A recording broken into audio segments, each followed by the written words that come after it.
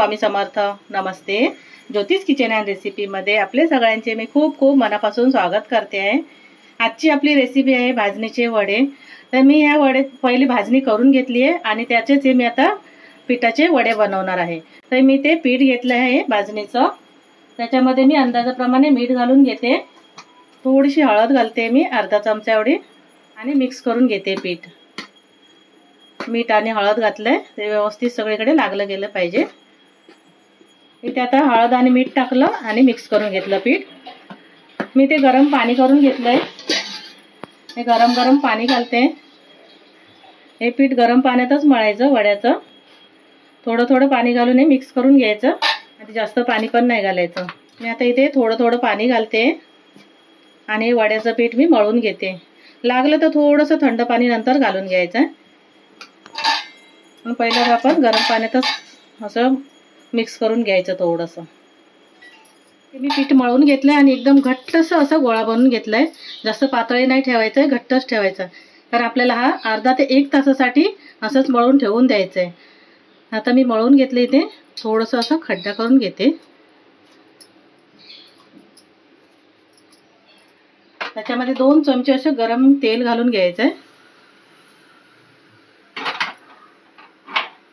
आणि त्याच्यामध्ये 1 कांदा घालायचा असं आणि बंद करून ठेवून द्यायचं.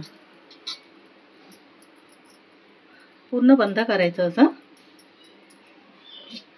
आता मी अर्ध्या तासासाठी हे झाकून ठेवून देते.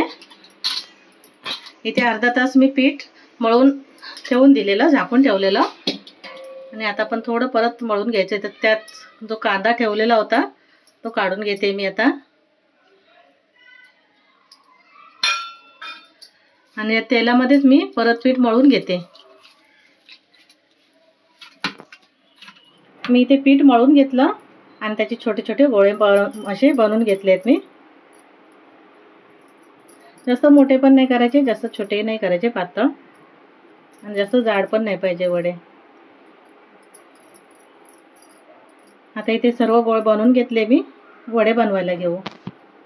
इथे मी एक दुधाची पिशवी कापून घेतली आहे प्लास्टिकचे. त्याला थोडंसं तेल लावून घेतलं. तेल किंवा पाणी काही लावू शकता. आणि इथे मी गोळा ठेवून असं हाताने करून घेते. पातळ करायचं थोडंसं.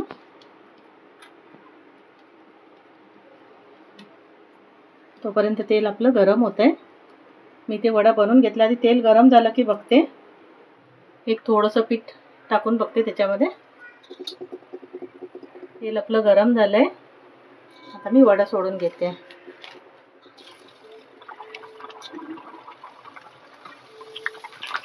बाजूने थोडंसं तेल असं चमच्याने घालायचं, झाऱ्याने.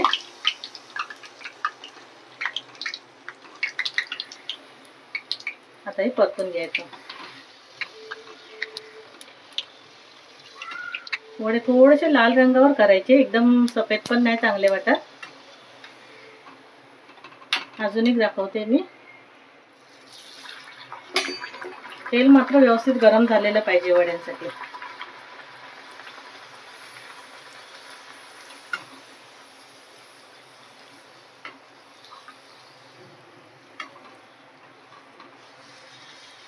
मस्त असे वडे फुगले जात आहेत. दहा काढून घेते मी. वडा झाला आहे.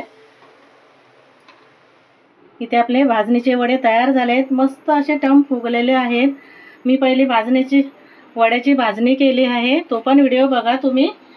आणि त्याच्यानंतर त्याच भाजणीपासून हे मी वडे बनवले आहेत. तर तुम्हाला माझी रेसिपी कशी वाटते बघा. आवडली असेल तर लाईक, शेअर आणि सबस्क्राईब करा. थँक्यू.